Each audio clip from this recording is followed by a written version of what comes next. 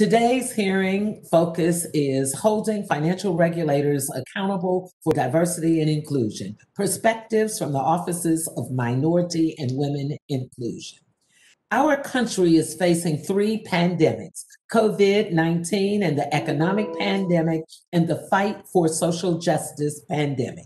These challenges have reshaped our work and our personal relationship in unprecedented ways. Today's hearing is totally virtual, and I appreciate all of our witnesses and members for participating by WebEx.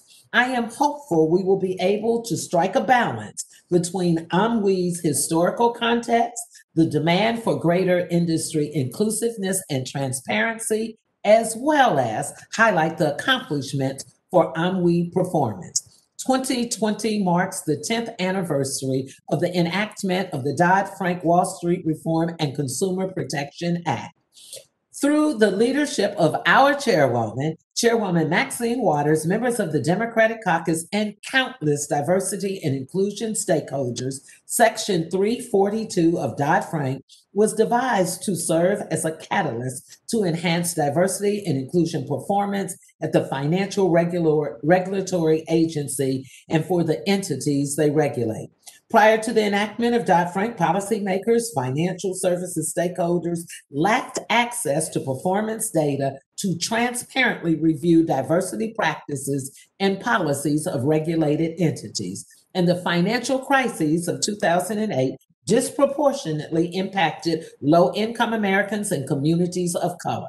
Congress, recognizing the important role diverse communities play in the United States economy, took action to diversify the financial service sector to help prevent the abusive and discriminatory practices that help cause the crises from happening again.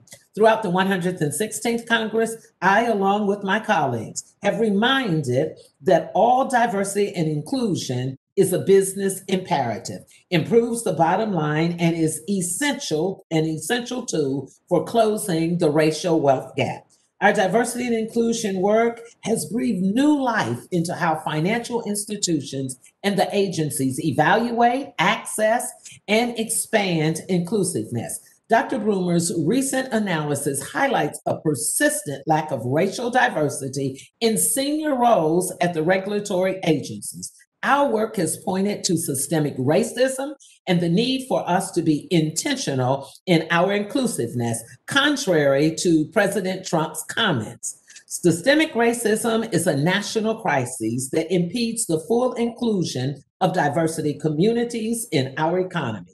In June, Federal Reserve Chairman Jerome Powell acknowledged structural discrimination exists in the United States economy today and impedes the economic success of communities of color. Mr. Powell also highlighted the Fed's requirement that asset managers and broker-dealers who contract with the Fed in the pandemic relief effort must meet diversity and inclusion performance requirements. Just as we have charged the banks and other financial institutions to discuss and share data regarding how they have improved the workplace and supplier diversity policies and practices, we are eager to hear from you regarding your agency's performance, because transparency and accountability are critical to achieving effective and sustainable performance. We recognize your limited authority and have informed each of the agency directors that it is them that this committee will be holding first in line for accountabilities on diversity and inclusion performance. In closing, we are resolute and determined to see your agencies and regulated entities achieve both the letter and spirit of Dodd-Frank. The success of our economy depends on the full inclusion of all communities.